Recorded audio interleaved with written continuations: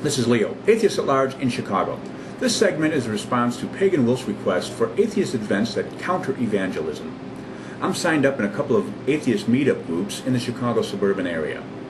One of my theist friends for over 30 years lived nearby, so I invited him to the meetup. He requested that I bring a friend along, so no one objected in the message boards, so I said fine.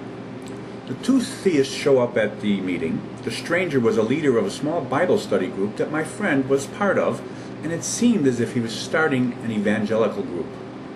The debate was on right from the start as soon as we sat down. I got bogged down when Nietzsche was mentioned, and that Hitler only made Germany a fascist state because Hitler read Nietzsche and said it was the perfect model for his society. Now that's where I had help, and I made sure that one of the guys from another meetup group was there.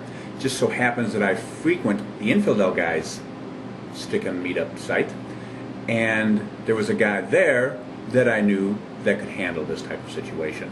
So, be prepared is the lesson to be learned.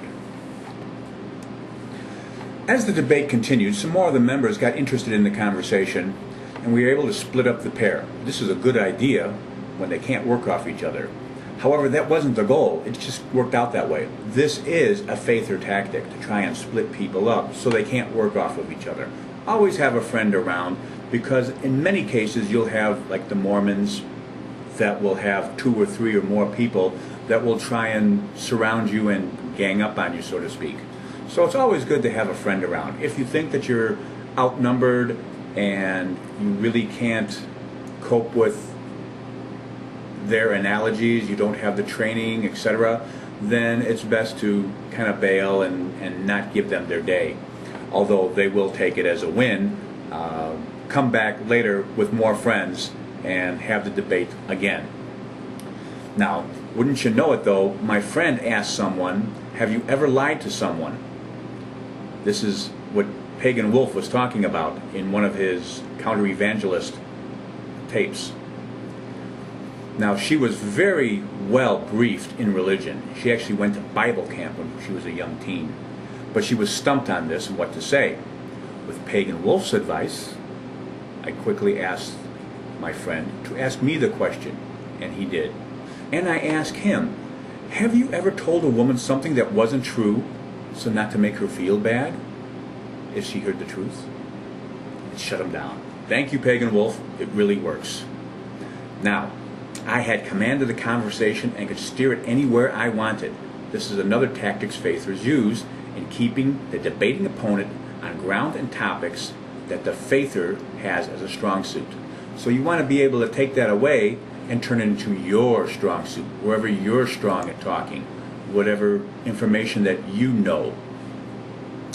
Now, the leader of the Bible study couldn't get anywhere with religion, so he thought that he could try a new trick that faithers are using, science. If they are well read, they'll try and out-science their audience.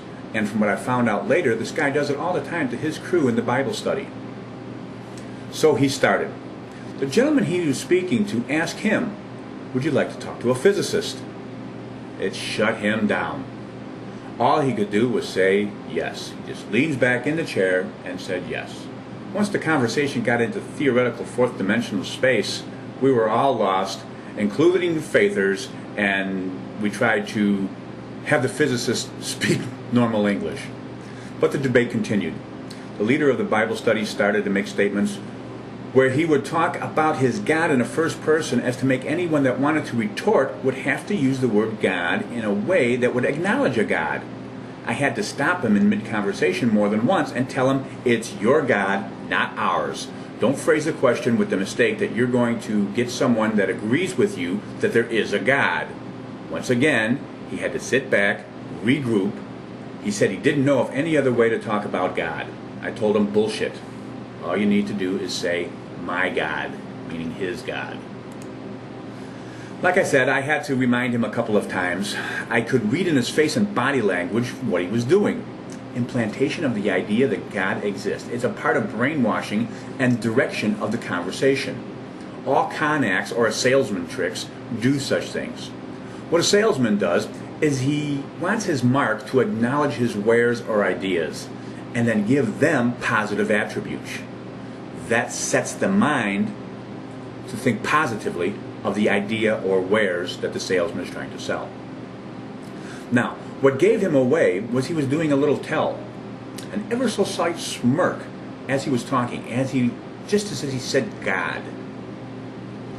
Looking for tells, if you don't know, it's a poker term for reading another person's body language to see if they're bluffing or they really do have a good hand. This is also a con artist act, to try and read the other person's facial values to see whether they're interested, whether they're hooked, whether they're questioning, and then to continue to pull them in. My friend soon left after the meetup started to break up, but the Bible thumper stayed, and he tried to win an argument in the debate. The conversation kept on going after the place closed up, and we were in the parking lot. I'm not sure, but I'd venture to guess that he was looking for as much information as possible to form some sort of defense for his repertoire, because everything that he said was torn down. At the end, we shook hands, and I told him rail makes more sense than his bullshit. The three of us laughed, and then we rode off into the starlight. Now, you can come to my site at any time at www.atheistatlarge.org. The site will be developed hopefully soon, where you'll be able to join up as an atheist at large yourself. So once again, that's www.atheistatlarge.org, or you can come to the Stickham site, stickham.com, profile Atheist at Large, and that will be my main Stickham profile. If you go to stickham.com and go to the chat rooms, I usually have a chat room open, Atheist @ Large. Just go in there, wait for other people to show up, and talk.